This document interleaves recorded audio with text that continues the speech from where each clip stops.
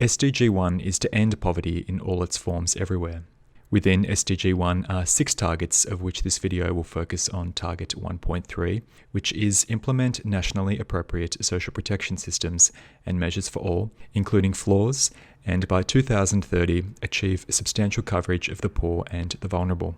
To measure Target 1.3, there's one indicator, 1.3.1, which is proportion of population covered by social protection systems by sex, distinguishing children, unemployed persons, older persons, persons with disabilities, pregnant women, newborns, work injury victims, and the poor and vulnerable. The year 2030 has been set as the deadline for this target to be met in alignment with the Sustainable Development Goals as a whole. So what is meant by social protection?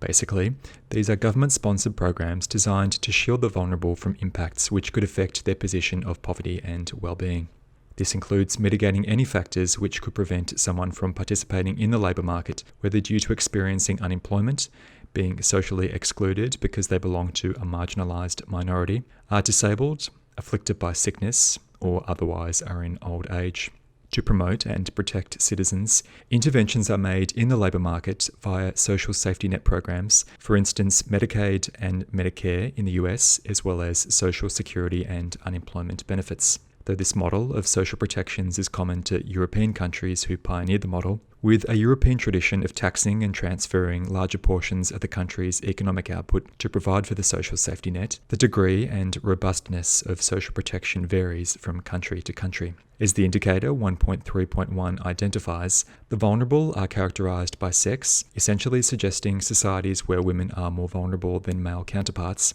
and in particular women in pregnancy, as well as newborns in the first months of life, and children and teens in general. Additionally, this indicator encompasses as vulnerable those experiencing unemployment, disability, injuries or accidents at work, as well as older persons. Whilst the aforementioned demographics may be exposed to vulnerabilities that at times require social protection, not all countries have the ability to tax the population, then transfer the revenue from such taxation to the vulnerable. This is very true of the least developed countries. The logic behind this is, if the average citizen lives on barely subsistence, enough to survive hand-to-mouth, day-to-day, they do not have a surplus of income beyond survival for the government to tax, and the government has a meagre tax base to collect from and provide services to improve well-being. In other instances, there may be less of an appetite from the government or electorate to either tax enough to support such transfers, or political obstacles to make such transfers, perhaps due to societal stigmas toward certain vulnerable groups. This could be an example of political wrangling in countries where enough surplus income exists to provide for a potential tax base, but taxpayers have resistance to their tax payments being transferred to others as welfare.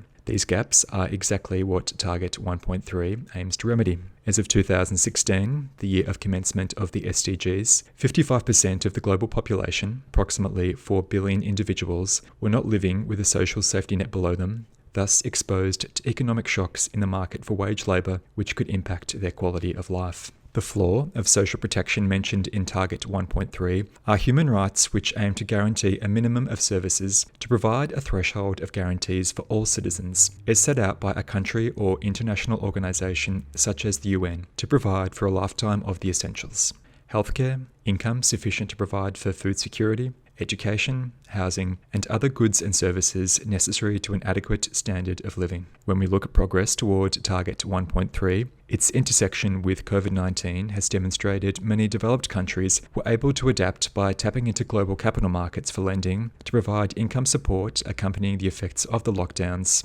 Yet, such income support was less accessible to developing countries with more circumscribed ability to borrow to finance such protections, affecting incomes, jobs, and health. As of 2020, the proportion of the global population with access to a minimum of one social protection payment was 47%, down only 8% since the start of the SDGs in 2016, and with the population total still around 4 billion. However, from the onset of the pandemic in the early months of 2020 through to year-end, among all countries, 1,500 social protection efforts were announced, albeit many on a short-term basis in response to the COVID-19 pandemic.